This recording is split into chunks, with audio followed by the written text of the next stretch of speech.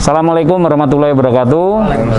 Selamat sore rekan-rekan semua. Hari ini Polres Demak akan melaksanakan rilis terkait dengan kasus pengeroyokan dan pembunuhan.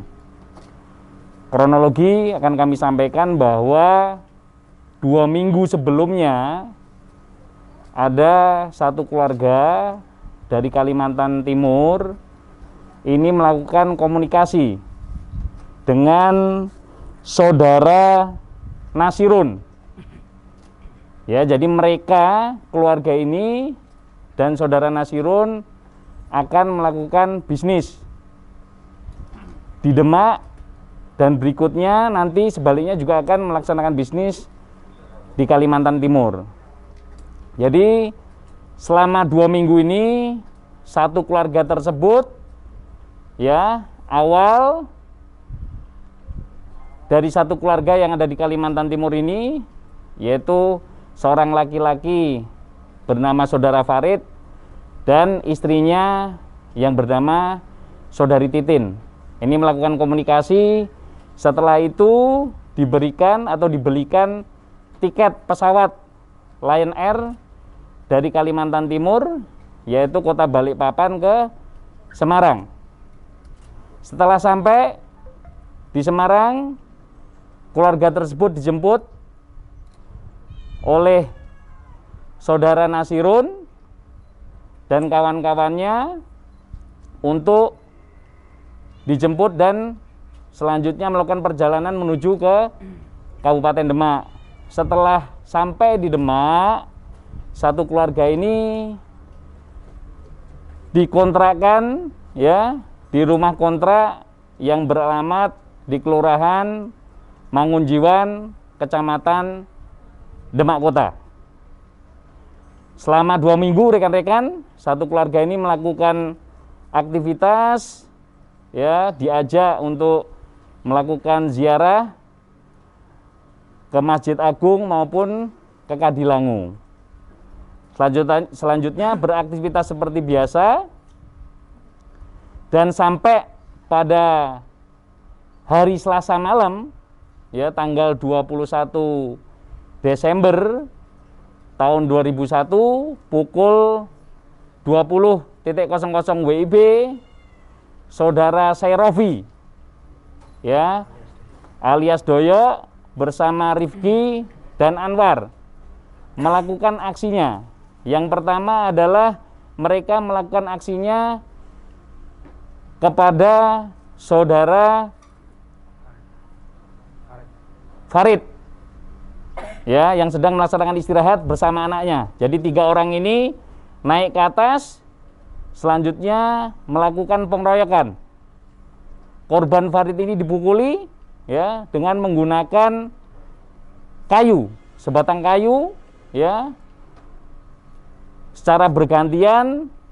Dan akhirnya anak daripada korban ini bangun dan menangis. Selanjutnya istri, yaitu yang bernama saudari Titin, pulang ya dari keluar dengan Anwar. Selanjutnya tahu kalau ada teriakan dan tangisan dari anaknya.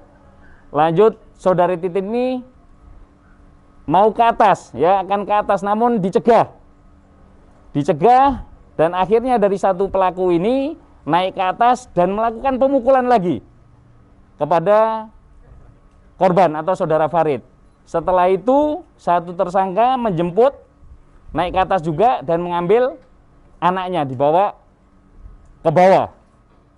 Posisi korban atau saudara Farid ini di atas sudah tidak sadarkan diri.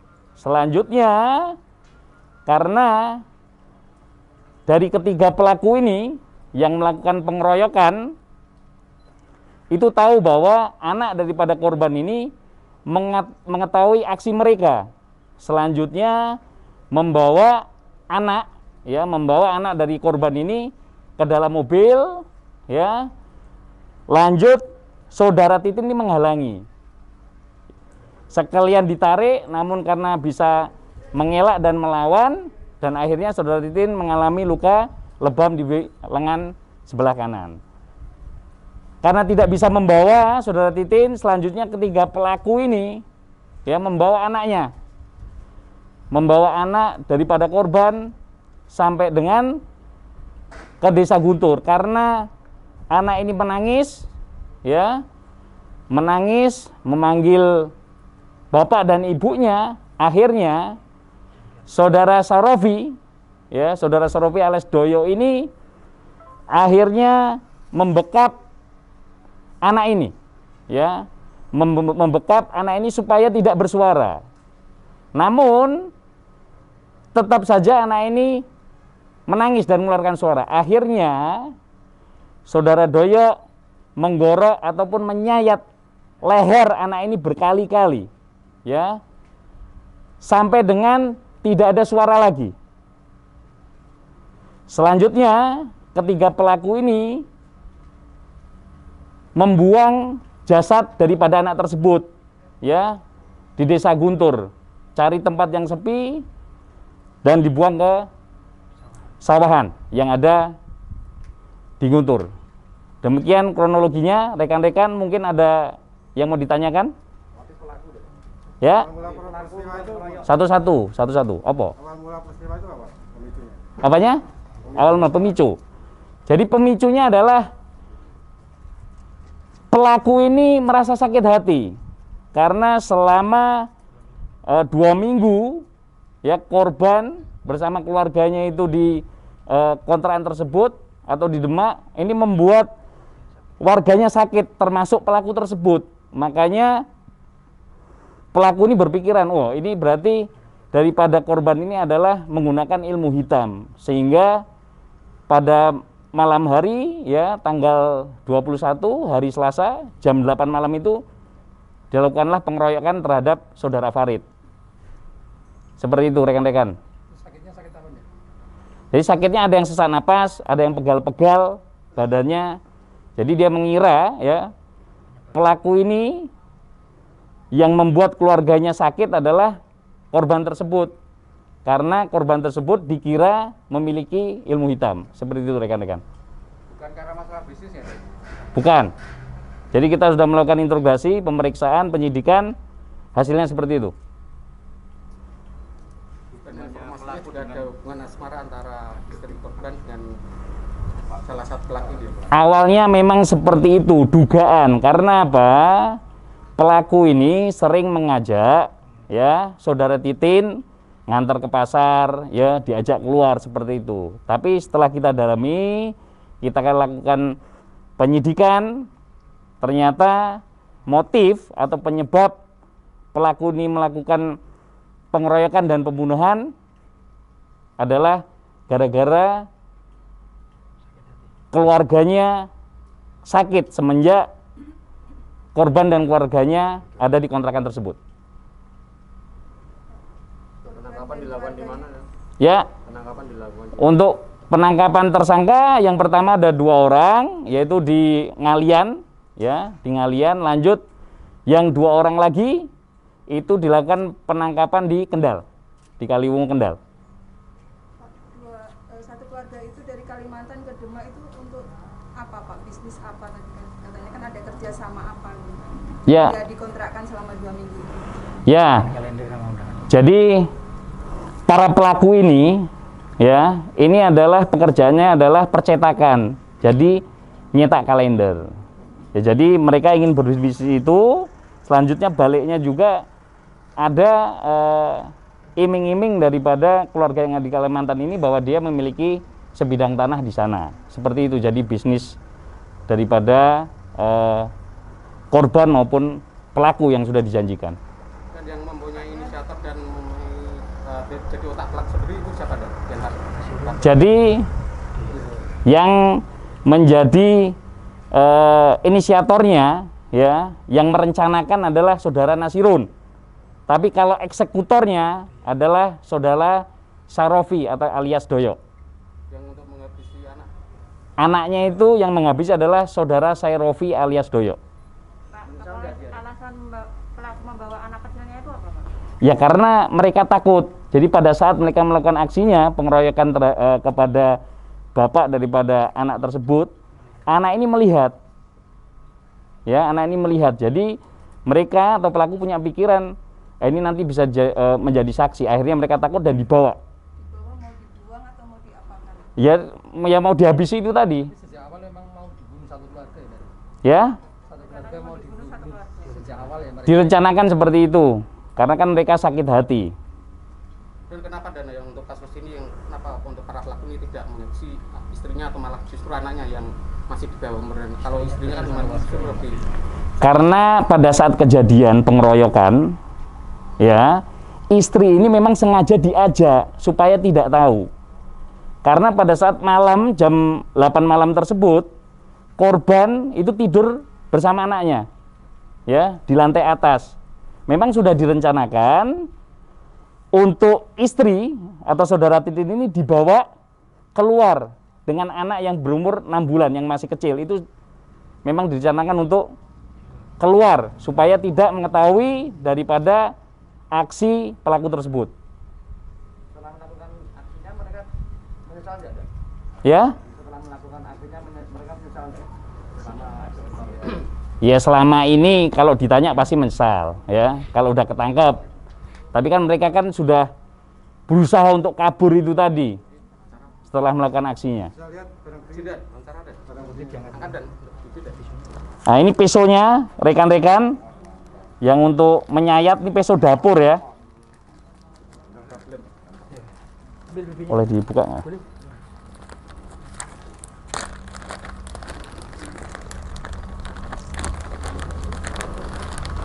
Cek gitu. Ini pesonya rekan-rekan, ya. Ini untuk menggorok leher anak yang berumur 2 tahun 9 bulan, ya. Dan aksinya dilakukan di dalam mobil. Ya memang dia sebelum mau berangkat itu, sebelum masuk itu dia sudah membawa ini, sudah mengambil peso ini. Ya betul. Ya kalau kita lihat secara kasat mata ya berkali-kali ya sayatan tersebut.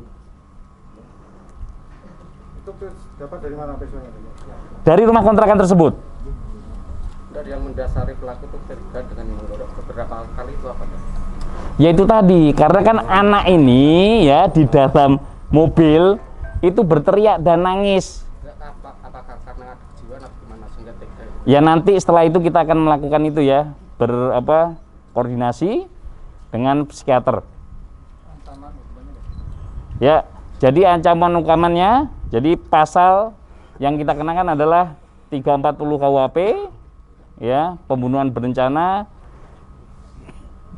dan 170 pengeroyokan serta Undang-Undang Perlindungan Anak. Jadi ancaman hukumannya adalah seumur hidup. Untuk pelaku untuk semuanya, deh? Ya. Pelakunya 4 orang. Cukup ya? Oke. Hah? Ya Dari kecil. Ya. Kamu kenapa kok tega sekali membunuh anak itu, Mas Serofi? Ya asal mulanya kami sempat curiga waktu pagi-pagi si Farid itu keluar sama anaknya, di sanding itu ada polisi habis. Dia ngobrol sama polisi itu terus naik lagi, terus aku dari belakang lihat itu. Enggak, kenapa ngobrol sama polisi? Emang kamu menyangkanya apa? Kamu menyangka punya keniatan buruk. Terus berapa hari ini sering kalau di situ badan sering panas, sering sakit. Biasanya dulu nggak ada Mas Farid sama Bu Titin, nggak pernah kayak gitu. Yang sakit siapa yang badannya panas? Ya anak-anak. Termasuk kamu? Nggih. Sama Nasirun juga? Kalau saya Rifki? Enggak. Terus itu satunya lagi Anwar? Anak-anak yang mana ini? Itu yang si Anwar itu. Panas juga? War? Kok panas? Katanya sering pusing. Sering pusing? panas betul. Urung sarapan, urung mangan gitu loh ini. Mungkin Terus enggak, kamu tega kenapa kok sampai nggorok anak itu loh? Ya asal mulanya aku sih nggak tega Mas, soalnya sudah aku anggap saudara. Cuma yang nggak anunya itu yang laki-laki itu. Enggak, kenapa? Itu akhirnya kan kamu kan Soalnya membunuh anak itu. beberapa hari ini nggak sopan. Apa? Yang nggak sopan itu perlakuan ke kamu atau bicaranya? Anak-anak kadang itu kalau bicara itu yang aneh, kayak nggak ada tata keramanya. Contoh, Kayak pas dikasih makan, Mas ini anu taruh situ, kadang gitu, terus tinggal gitu. oh gitu. Kadang dia itu diam sendiri sambil mendengar lagu apa itu Yesus atau Buddha itu sambil dia wirid. Itu yang aku sering lihat.